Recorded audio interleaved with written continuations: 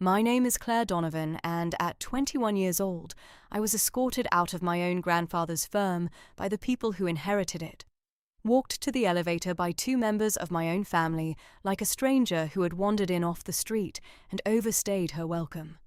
I had a cardboard box in my hands, I had a painting under my arm, and I had nothing else, which was exactly what they intended.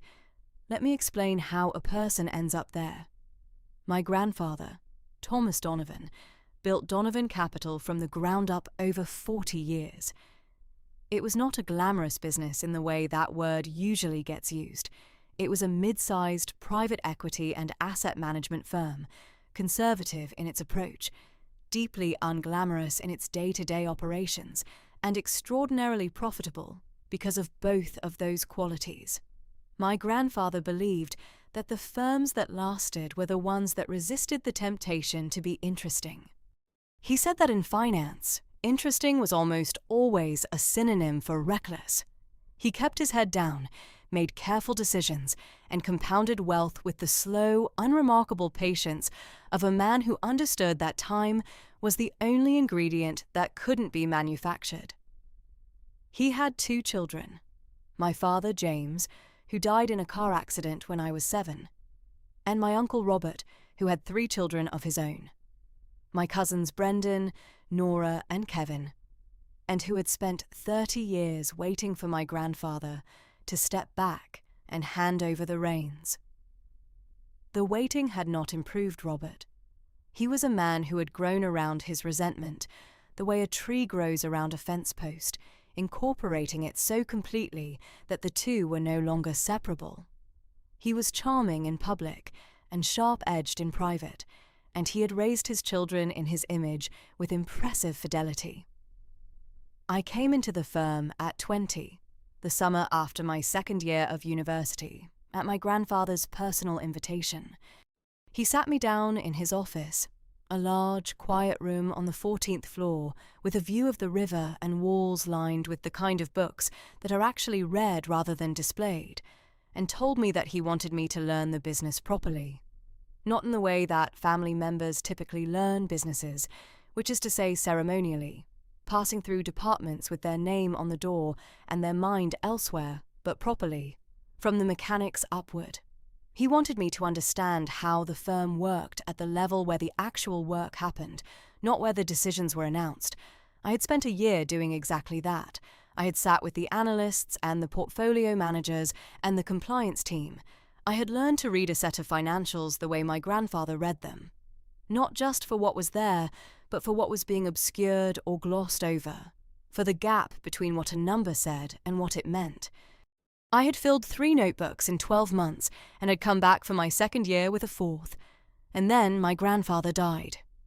He went quickly, which was what he had always said he wanted. A cardiac event in the early morning of a Tuesday in October that he did not survive. He was 74 years old, and he had been, by every external measure, in reasonable health, and the abruptness of it left a particular kind of shock. Not the slow, prepared grief of a long illness, but the sudden vertiginous feeling of a floor dropping away without warning. The funeral was a large and formal affair that he would have found excessive.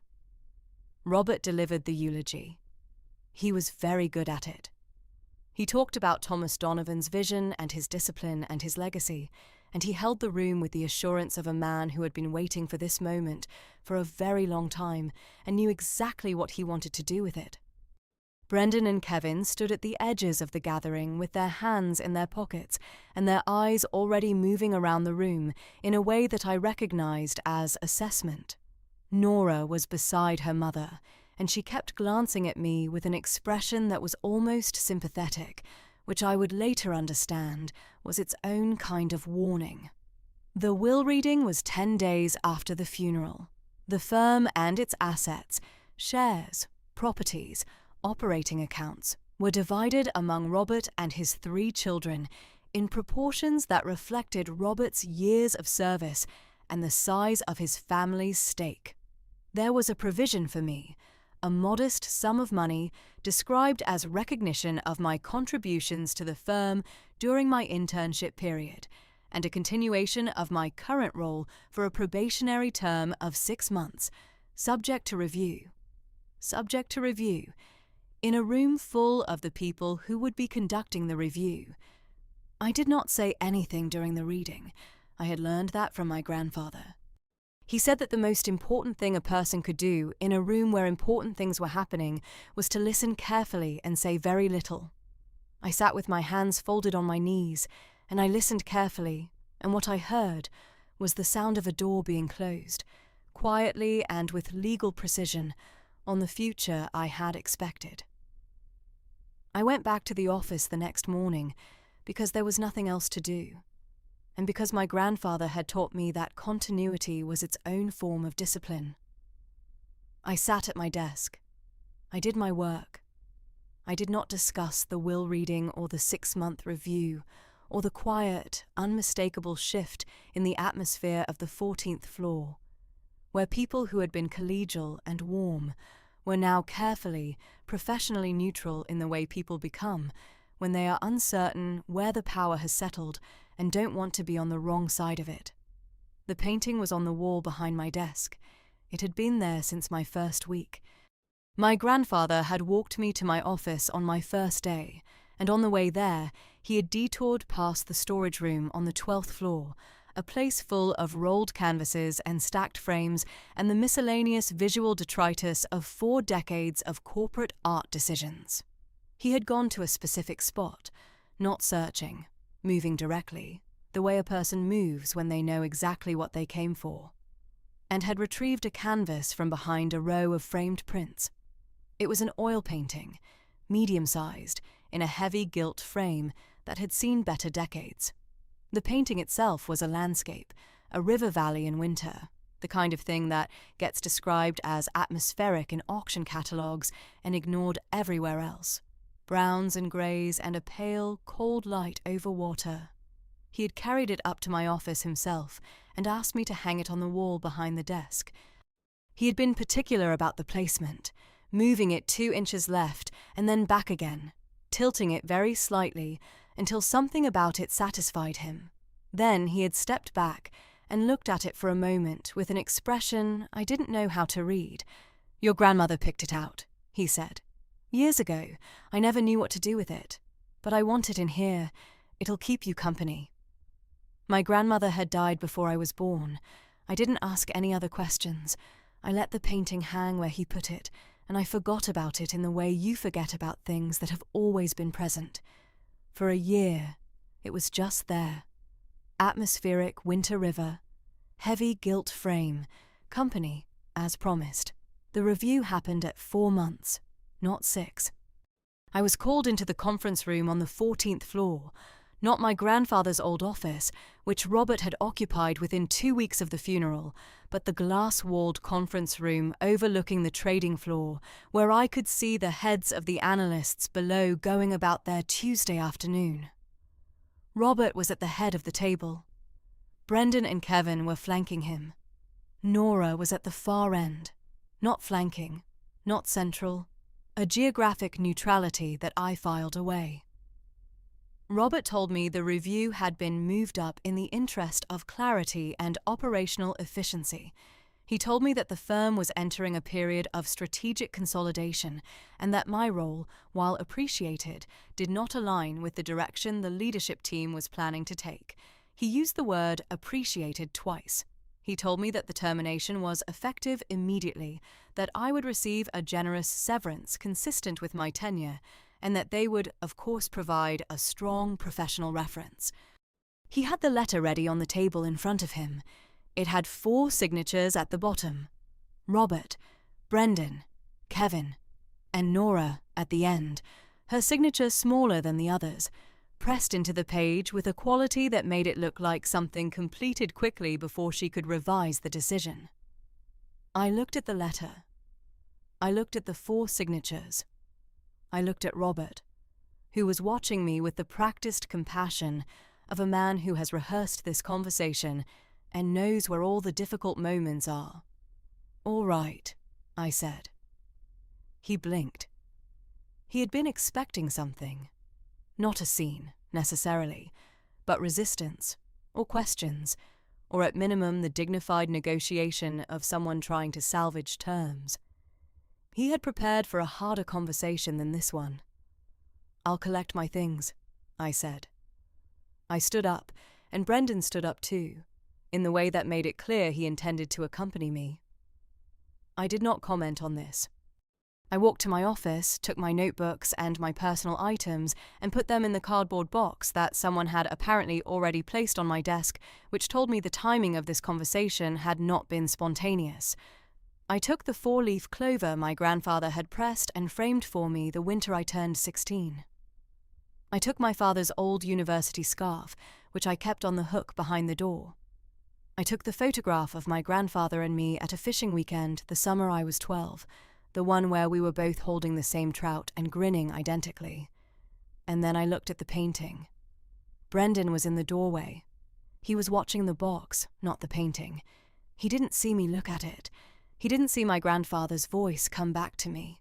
Not in words, nothing that specific, but in tone.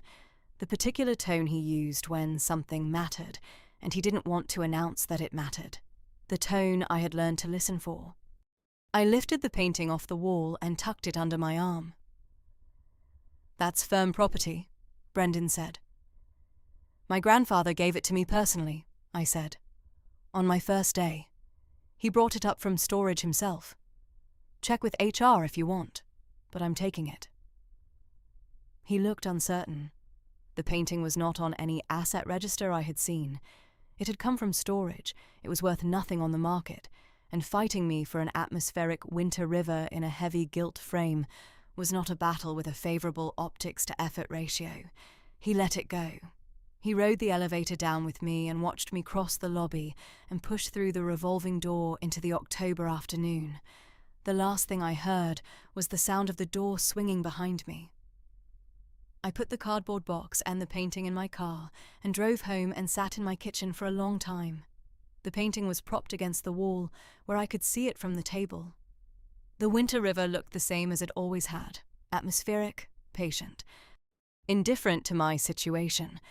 I made coffee and called no one, because there was no one to call who wasn't either part of the family or a professional contact at the firm, and I was not ready to convert my humiliation into conversation yet. I drank the coffee. I looked at the painting. I thought about the way my grandfather had hung it, the deliberate placement, the 2 inches left and then back, the slight tilt, the moment of assessment afterward. I had spent enough time learning to read my grandfather to know that he did nothing without purpose, but the painting had simply been there, in my office, for a year, and I had not given it a second thought, and I had been fired from the firm he built, and the painting was the only thing of his I had brought home with me. I fell asleep on the couch that night with the reading lamp still on, and in the morning I made more coffee and sat across from the painting again, and I was still sitting there thinking about nothing in particular when the knock came at the door. Her name was Margaret Hale. She had been my grandfather's personal secretary for 26 years, a composed, precise woman in her 60s with reading glasses on a chain around her neck and the quiet authority of someone who has been the most competent person in the room for so long they have stopped noticing it. She had a sealed envelope in her hand and an expression of careful, neutral professionalism that was doing a great deal of work. "I'm sorry for the timing," she said when I let her in. "He left this with me. His instructions were specific. If you were ever let go from the firm, under any circumstances, I was to deliver it to you personally, not by post, not through Whitmore, personally, and within 48 hours of the event." She paused. I came as soon as I heard. I took the envelope. It was cream-coloured, thick, my name on the front in my grandfather's handwriting. I held it for a moment without opening it. "Did you know what was in it?" I asked. "He didn't tell me," she said. "But I knew he made it. And I knew what it was for." She looked at the painting, propped against the wall behind me, and then she looked back at me with an expression that was very close to a smile, though she kept it properly contained. "He said you'd figure the rest out." She left without staying for coffee, which was exactly the kind of efficient grace she always had. I closed the door and stood in the hallway and looked at the envelope. Then I looked at the painting. Then I looked at the envelope again. He said you'd figure the rest out. The envelope contained a single index card, written in my grandfather's hand. Behind the canvas, the frame pulls apart at the lower left corner. Press and slide. Everything you need is in there. Call Arthur Finch when you have it. His number is with the documents. He's been waiting.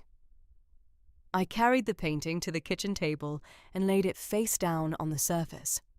The back was raw canvas on a wooden stretcher, stapled at the edges in the standard way. Nothing unusual. The gilt frame around it was old and heavy, the gesso cracked and gilded in layers that spoke of age and probably multiple renovations over decades.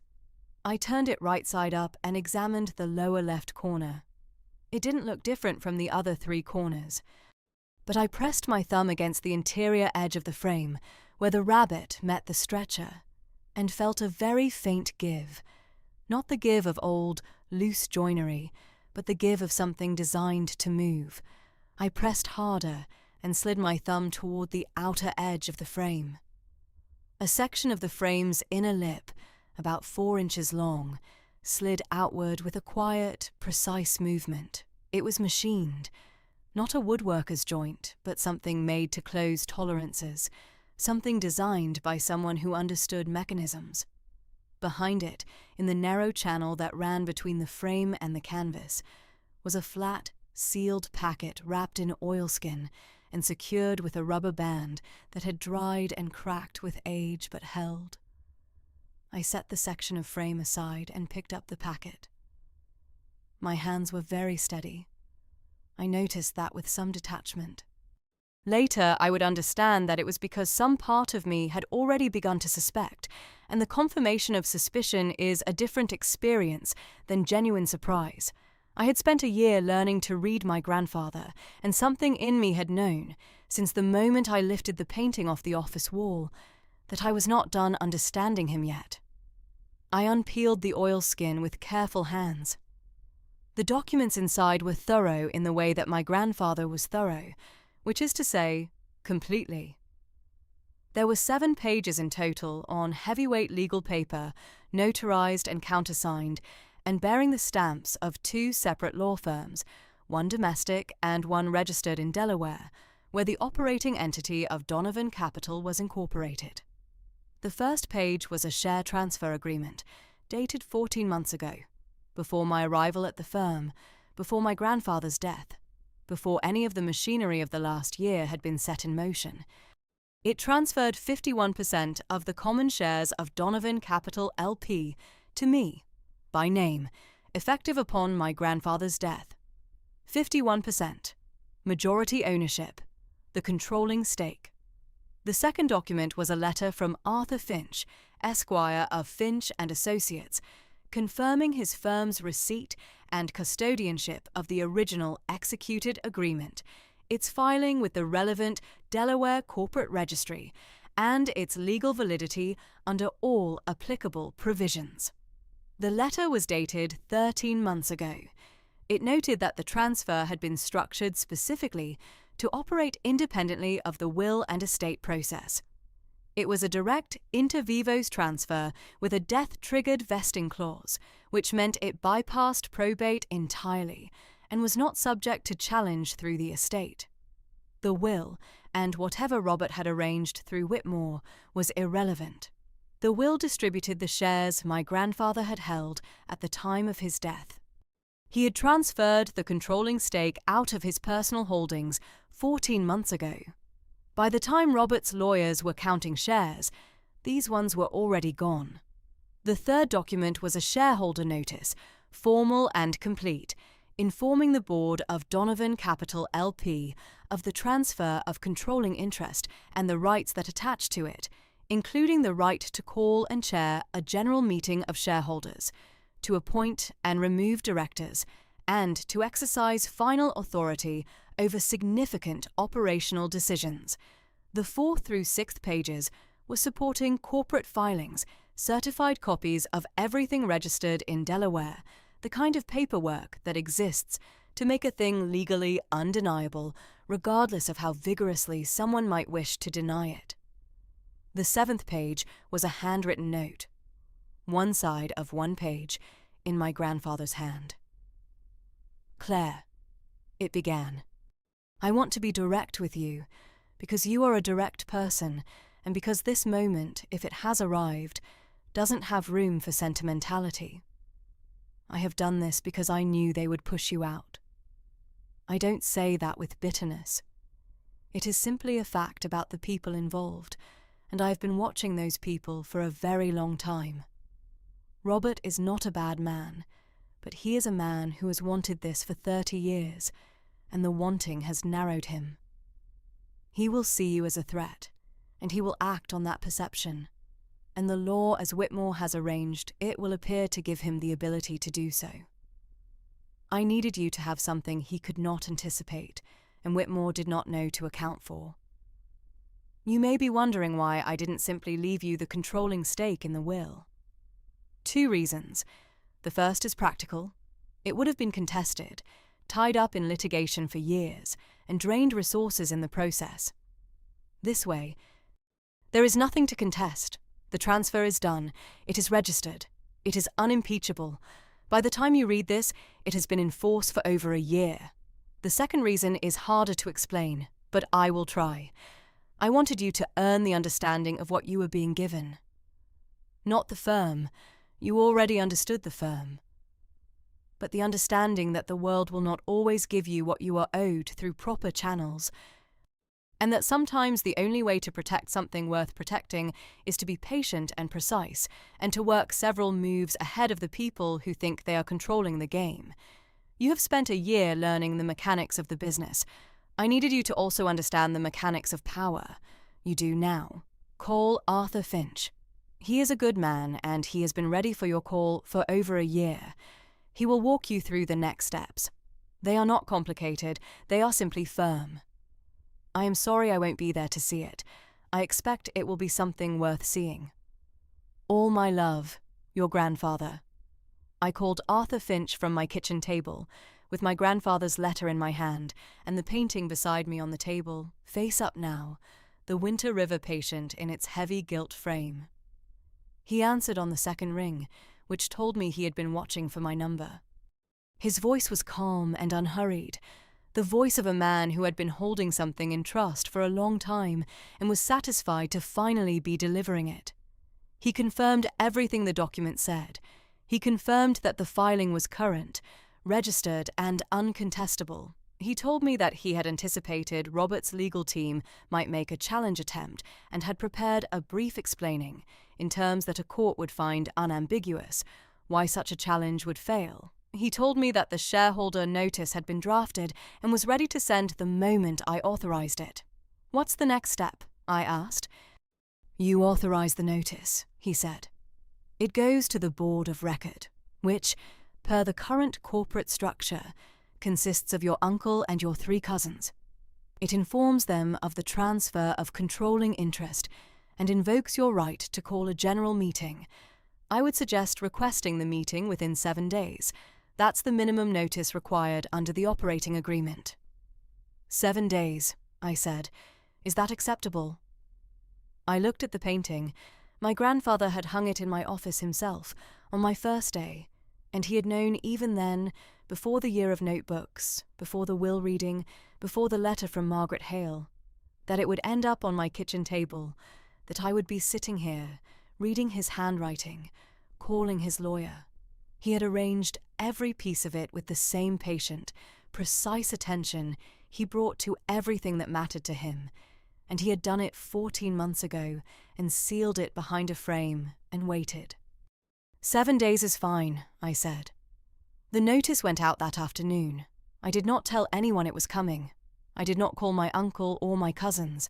I did not give them the professional courtesy of advance warning, because they had not extended me that courtesy when they moved my review up by 2 months and had a cardboard box waiting on my desk.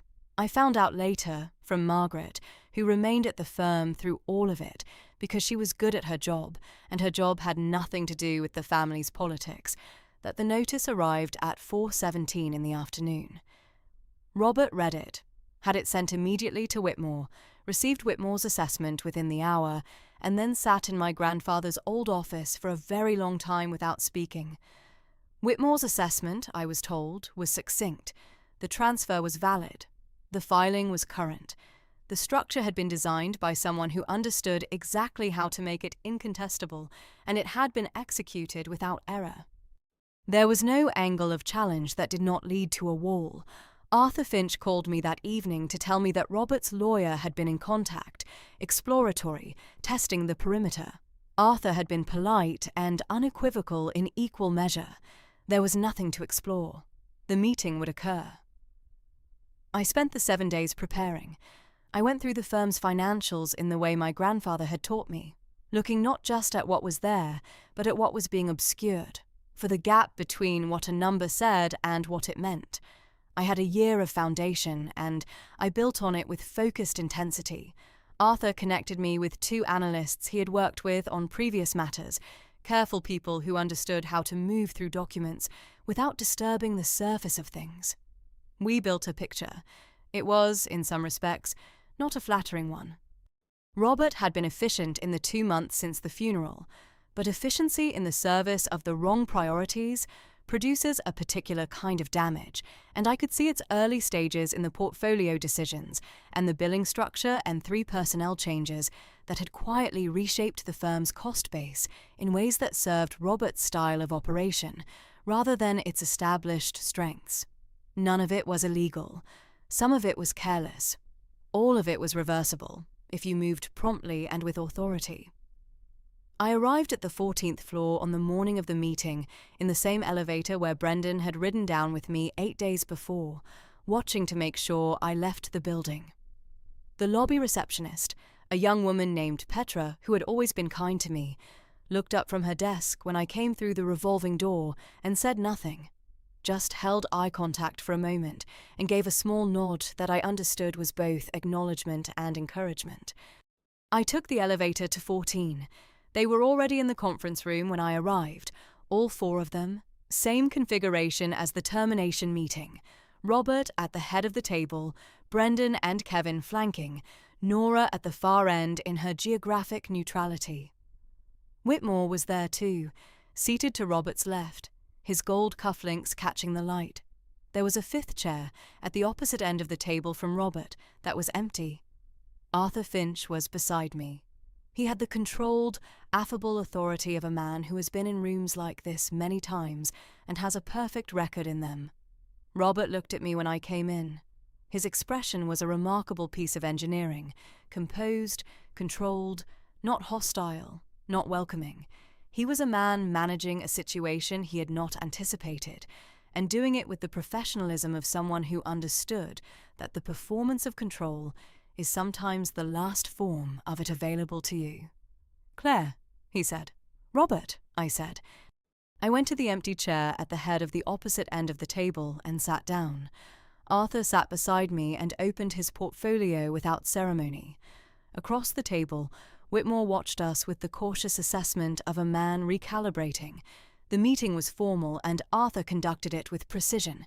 He presented the documents, walked through the share transfer and its legal basis, confirmed the registration and its implications.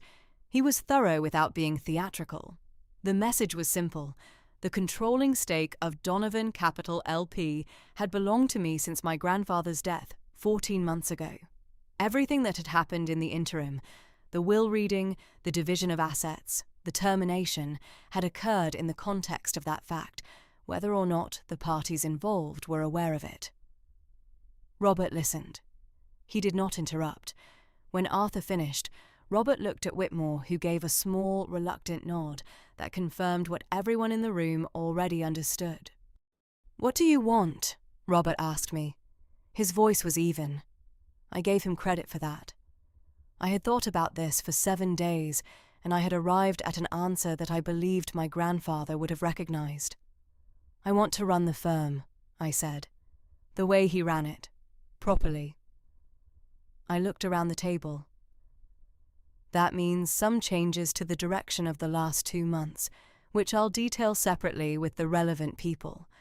And it means some changes to the board. I had the letters in the folder in front of me. I had drafted them carefully with Arthur's guidance, making sure each one was legally correct and operationally complete. I slid them across the table, one at a time. One to Robert, one to Brendan, one to Kevin, one. And here I looked down the table at Nora, who had been watching me with an expression of exhausted recognition, as if she had understood, somewhere, that this was how it would end. 1 to Nora. Nora looked at the letter in front of her. She looked at me. She picked up the letter, read it in full, and set it back down. "Immediate effect?" she asked. "Immediate effect," I said. She nodded once, a small, precise movement that was, in its way, the most honest thing anyone in the room had done since I walked in. She had signed the termination letter because the alternative was a conflict she wasn't prepared for at that moment. I understood that. I was not operating from sentiment. Robert pushed the letter back across the table toward me. "Claire," he said, "think about what you're doing. This firm is a family business. Your grandfather built it for the family." "He built it," I said, "and he decided what to do with it. That was his right." I left the letter where it was. "This is mine."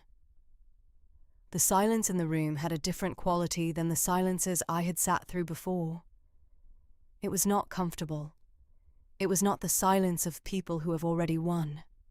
It was the silence of a situation that has been fully understood and fully concluded, and the 4 people on the other side of it, processing, each in their own way, the distance between where they had been 8 days ago and where they were now.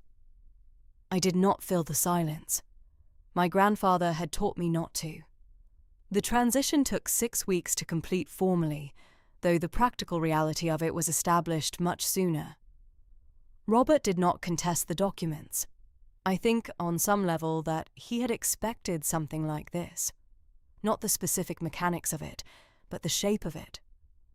My grandfather had been too precise a man to leave things untidy, and Robert had lived in close proximity to that precision for 30 years.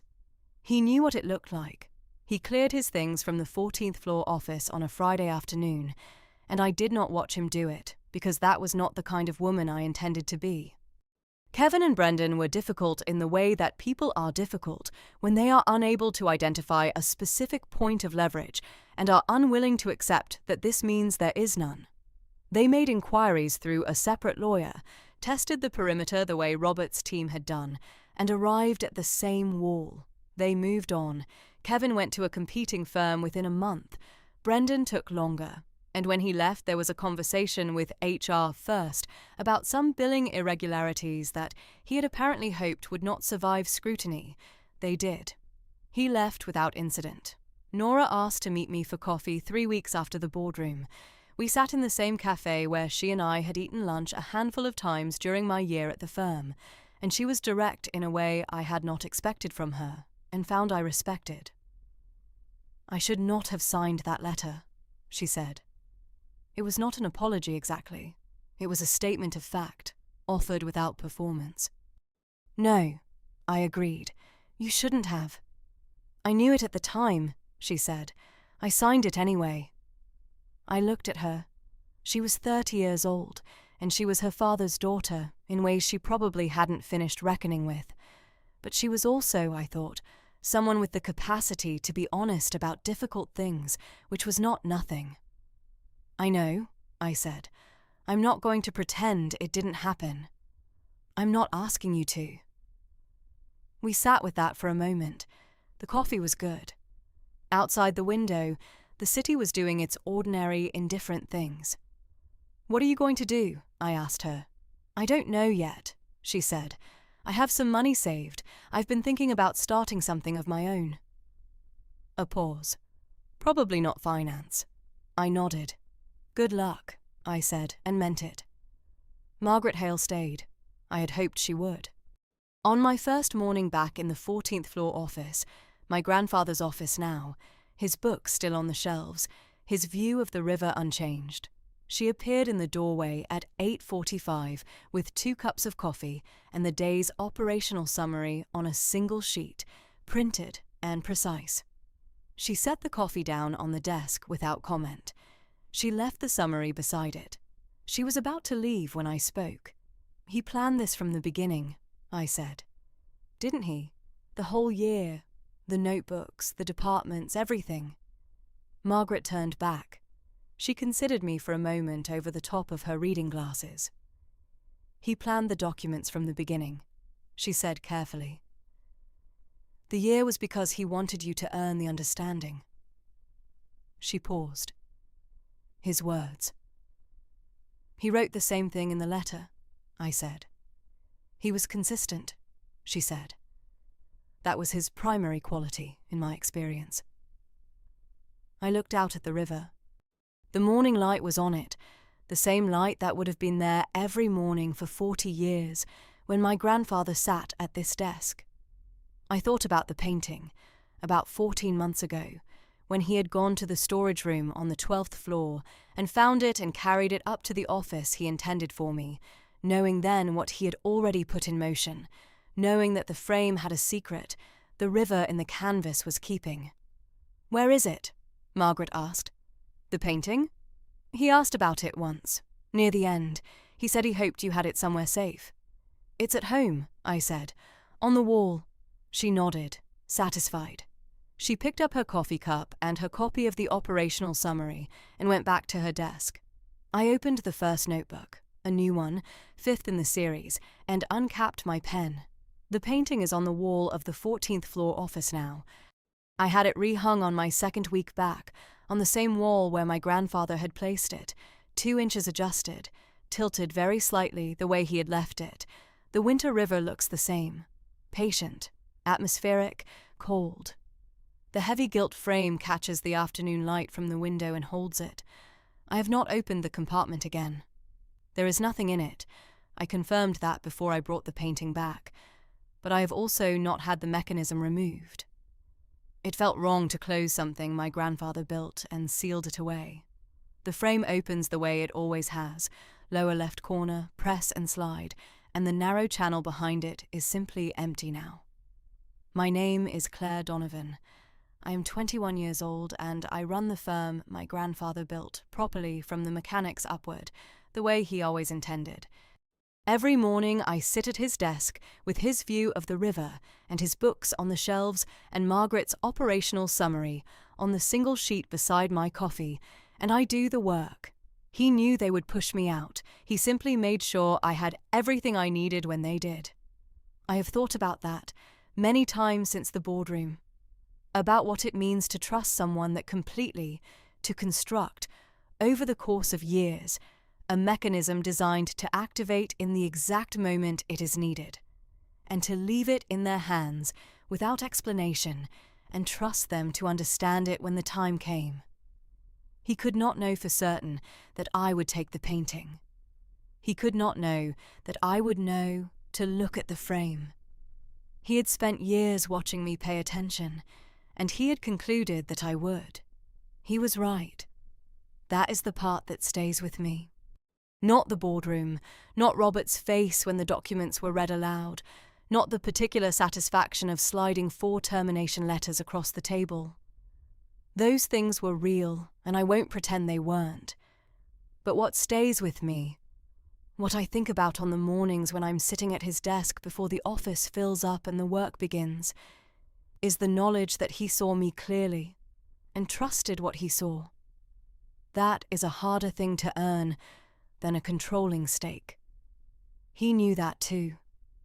He made sure I had both.